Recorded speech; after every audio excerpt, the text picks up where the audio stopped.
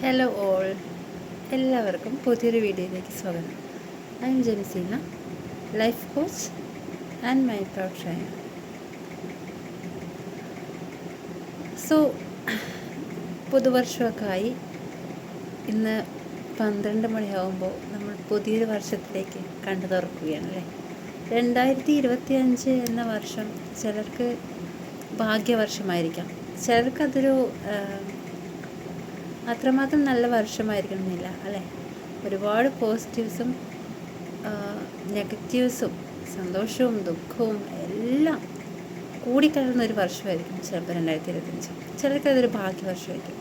ഒരുപാട് ലക്ഷ്യങ്ങൾ നേടി, കണ്ട സ്വപ്നങ്ങളെല്ലാം നേടിയെടുത്തു, ബിസിനസ്സിൽ വിജയിച്ചു, ജീവിതത്തിൽ കുറേ കൂടി മുന്നോട്ട് പോകാൻ കഴിഞ്ഞു എന്ന ഒരു ആത്മസംതൃപ്തി ചിലർക്കെങ്കിലും ഉണ്ടാവും. മറ്റുള്ളവരെ സംബന്ധിച്ച് ഏറ്റവും ബാഡായിട്ടുള്ളൊരു വർഷമായിരിക്കാം അവർ കരുതുന്നത്. എൻ്റെ 2025 എൻ്റെ ഒരു നിർഭാഗ്യകരമായ സമയമായിരുന്നു. 2026 എങ്കിലും പുതിയൊരു വർഷം നല്ലൊരു വർഷമാവണമെന്ന് പ്രാർത്ഥിച്ചുകൊണ്ടേക്കും തുടങ്ങും അല്ലേ. തീർച്ചയായും എല്ലാവർക്കും, ഈ ലോകത്തിലെ സകലർക്കും 2026 നല്ലൊരു വർഷമായിരിക്കട്ടെ എന്ന് പ്രാർത്ഥിച്ചുകൊണ്ട് തുടങ്ങുന്നു. നമ്മൾ ജീവിതത്തിൽ ഒരുപാട് സ്ട്രഗിൾ ചെയ്യുന്നുണ്ടാവും ഈ ഒരു നിമിഷത്തിൽ അല്ലേ. കാരണം വർഷങ്ങൾ കഴിഞ്ഞു പോകുന്നു എന്നതുകൊണ്ട് നമ്മുടെ പ്രശ്നങ്ങൾക്ക് ഫുൾ സ്റ്റോപ്പില്ല. ചിലർക്ക് പ്രശ്നങ്ങളുടെ മേൽ പ്രശ്നങ്ങളായിരിക്കാം ഓരോ വർഷങ്ങളും നൽകുന്നത്.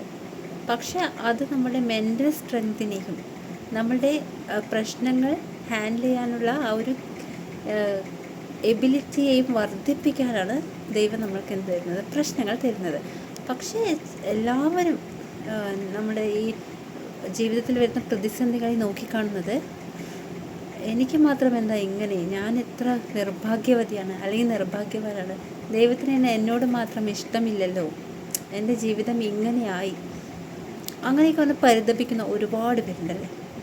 സത്യത്തിൽ എന്തിനാണ് ഈ പ്രതിസന്ധികൾ, എന്തിനാണ് ഈ സ്റ്റക്ക് നമ്മുടെ ജീവിതത്തിൽ വരുന്ന അൺഎക്സ്പെക്റ്റഡായി വരുന്ന ചില ആഘാതങ്ങളുണ്ടാവും അല്ലേ. അൺഎക്സ്പെക്റ്റഡായി വരുന്ന ചില സംഭവ ബഹുലതകൾ. എന്തിനാണത്? നമ്മൾ കുറച്ചുകൂടി നമ്മുടെ കാഴ്ച തെളിമയുള്ളതാക്കാൻ, ജീവിതത്തോടുള്ള മനോഭാവം അല്ലെങ്കിൽ അതിലുള്ള കാഴ്ചപ്പാട് കുറച്ചുകൂടി മനോഹരമാക്കുന്നതിനാണ് അത്തരം പ്രതിസന്ധികൾ നമ്മിലേക്ക് കടന്നു വന്ന് നമ്മളെ ഉടച്ചു വാർക്കുന്നത്. പക്ഷെ നമ്മളൊരു കണ്ണട ധരിച്ചിരിക്കുകയെന്ന് വിചാരിക്കും, അതിൽ പൊടിപടലങ്ങൾ പിടിച്ചു അല്ലെങ്കിൽ അതിൻ്റെ ഒരു ക്ലാരിറ്റി മങ്ങിപ്പോയി, നമ്മൾ എന്ത് ചെയ്യും? അതൊന്ന് തുടയ്ക്കും അല്ലേ, ഒരു ക്ലോത്ത് കൊണ്ട് തുടച്ച് വീണ്ടും അത് വയ്ക്കും. അല്ലാതെ അത് കളയോ? ഇല്ല. ജീവിതം അതുപോലെ തന്നെയാണ്. അതിൽ പൊടിപടലങ്ങളും കാഴ്ചക്കുറവുകളും അഴുക്കും എല്ലാം വരും. അത് ഏത് നിമിഷം വരാമെന്ന് പറയാൻ പറ്റില്ല. പക്ഷേ അപ്പോഴെല്ലാം നമ്മൾ കരുതേണ്ടത് എന്താണ്? അത് തേച്ചു മിനുക്കി വീണ്ടും പുതുമയോടുകൂടി മുന്നോട്ട് പോകാനാണ് അത് പറയുന്നത്. ഓരോ വസ്തുക്കൾ എടുത്താലും നമ്മൾ ജീവിതം പഠിപ്പിക്കുന്നുണ്ട്, പക്ഷെ നമ്മളത് മനസ്സിലാക്കാൻ വൈകിപ്പോകുന്നു എന്ന് മാത്രമേ ഉള്ളൂ. ജീവിതം എന്നത് ഒരിക്കൽ മാത്രം കിട്ടുന്ന അമൂല്യമായ വസ്തുവാണ്. ഒരു തവണയേ നമുക്കത്തില്ലൂ, അതിൽ റീടേക്ക് ഇല്ല. ബാക്കിലേക്ക് പോയി എന്തെങ്കിലും ശരിയാക്കാതെ പറഞ്ഞാൽ നടക്കത്തില്ല. കാരണം സംഭവിക്കാനുള്ളതൊക്കെ സംഭവിച്ചു കഴിഞ്ഞു.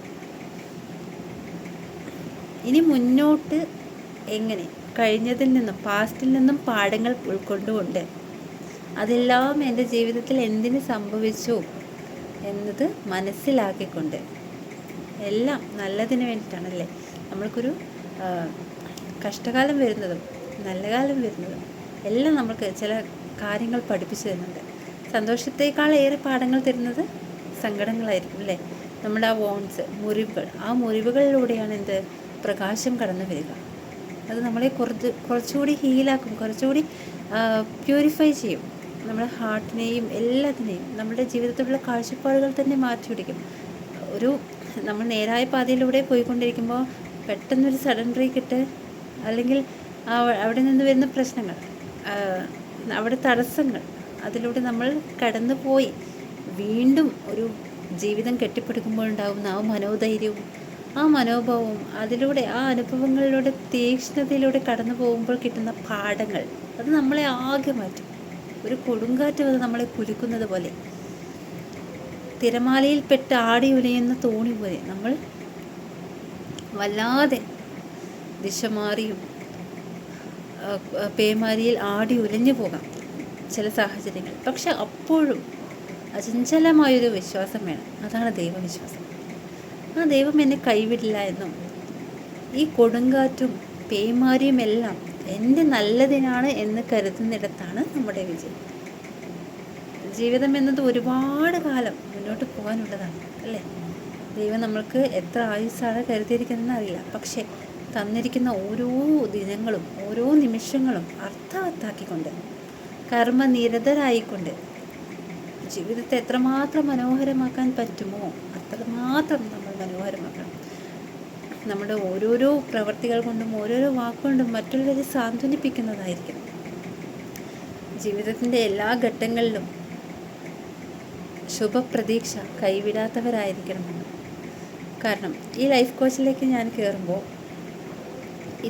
ഈ മേഖലയിലേക്ക് എത്തിപ്പെടുമെന്ന് ഒരിക്കലും കരുതാത്ത ഒരാളാണ് ഞാൻ. ടീച്ചിങ് എൻ്റെ പാഷനാണ്. ആസ് എ ലൈഫ് കോച്ച് എനിക്ക് ടീച്ചിങ്ങും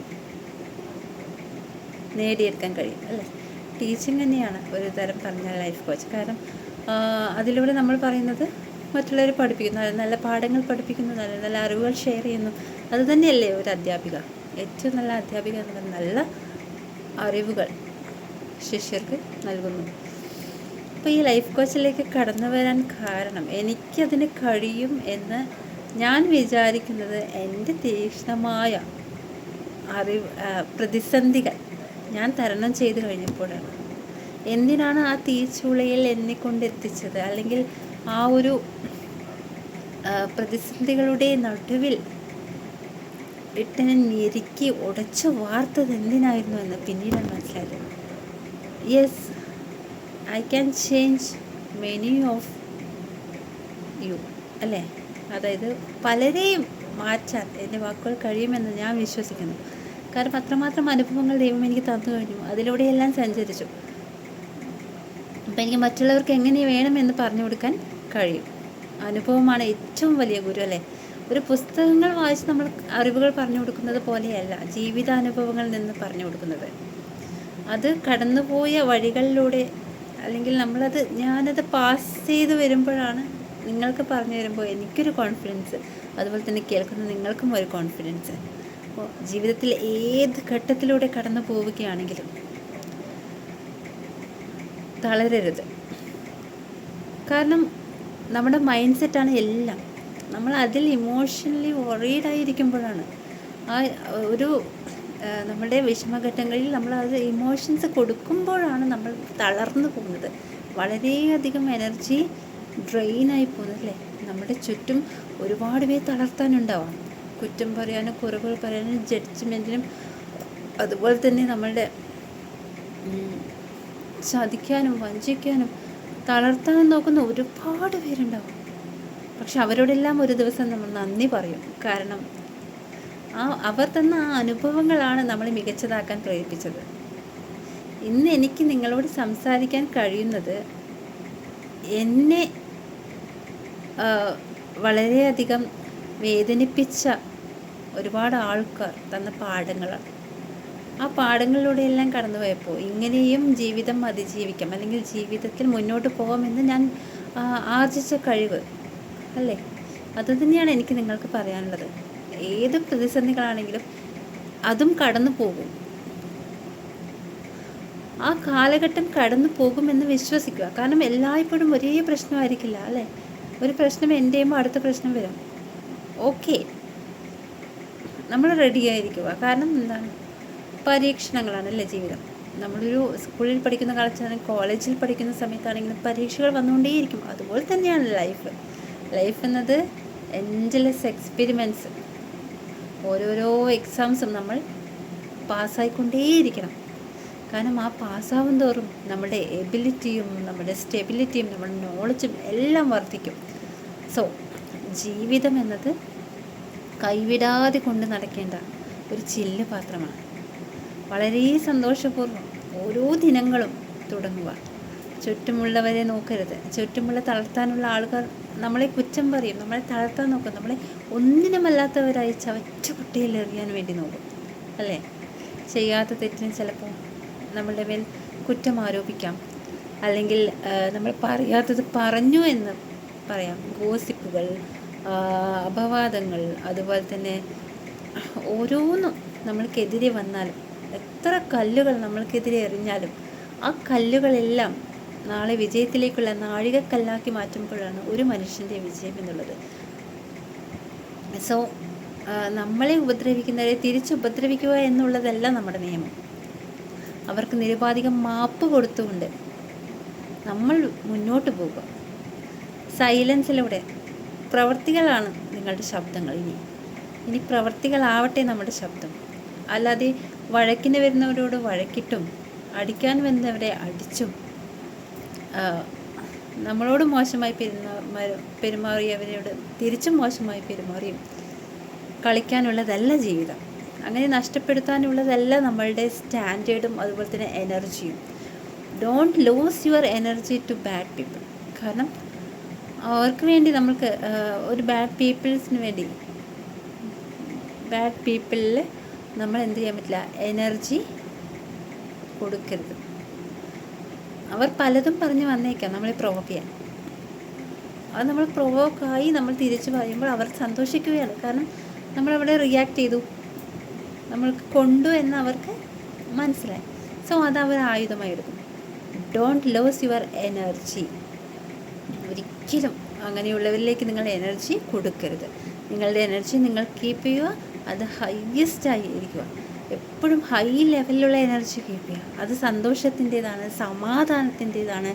അതുപോലെ തന്നെ ആ ഒരു കണ്ടന്റ് ലൈഫിൽ ഏറ്റവും നല്ലവരായി, മികച്ചതിൽ മികച്ചവരായി ജീവിക്കാനാണ് നമ്മൾ മനസ്സിലാക്കേണ്ടത്, അല്ലേ? ഓരോ ദിനങ്ങളിലും കൂടുതൽ കൂടുതൽ മികച്ചവരായി മാറിക്കൊണ്ടേയിരിക്കുക.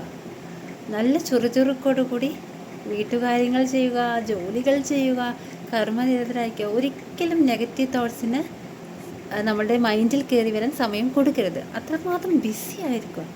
ബുക്സുകൾ വായിക്കുക, എക്സസൈസ് ചെയ്യുക, ഗ്രാറ്റിറ്റ്യൂഡ് ജേണലുകൾ എഴുതുക, മറ്റുള്ളവരെ ഹെൽപ്പ് ചെയ്യുക. നല്ല വാക്കുകൾ കൊണ്ടും നല്ല പ്രവൃത്തികൾ കൊണ്ടും ഒരു പുഞ്ചിരി കൊണ്ടാണെങ്കിലും നിങ്ങൾ മറ്റുള്ളവർക്ക്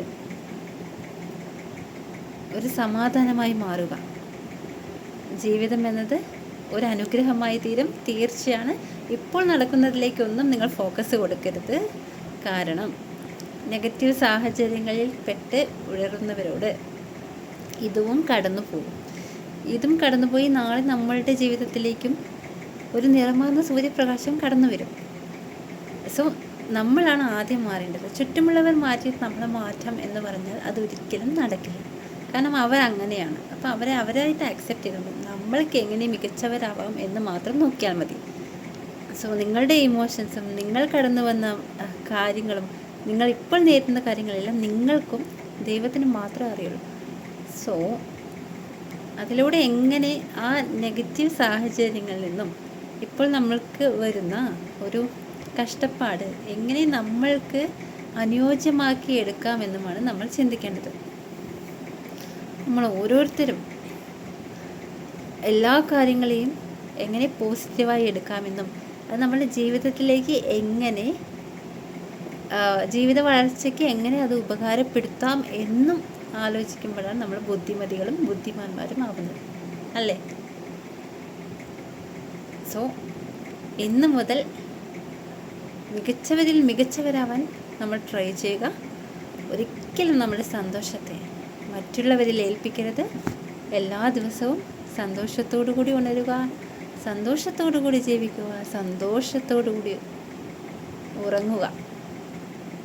സന്തോഷവും സമാധാനവും എന്നും നമ്മുടെ കൈകളിലാവട്ടെ. പുതിയൊരു വർഷം ആരംഭിക്കുന്നു. എല്ലാവിധ ഭാവുകങ്ങളും എല്ലാവർക്കും നേരുന്നു. നിങ്ങളുടെ പ്രാർത്ഥനകളിൽ എന്നെയും ഉൾപ്പെടുത്തുക. So bye and take care.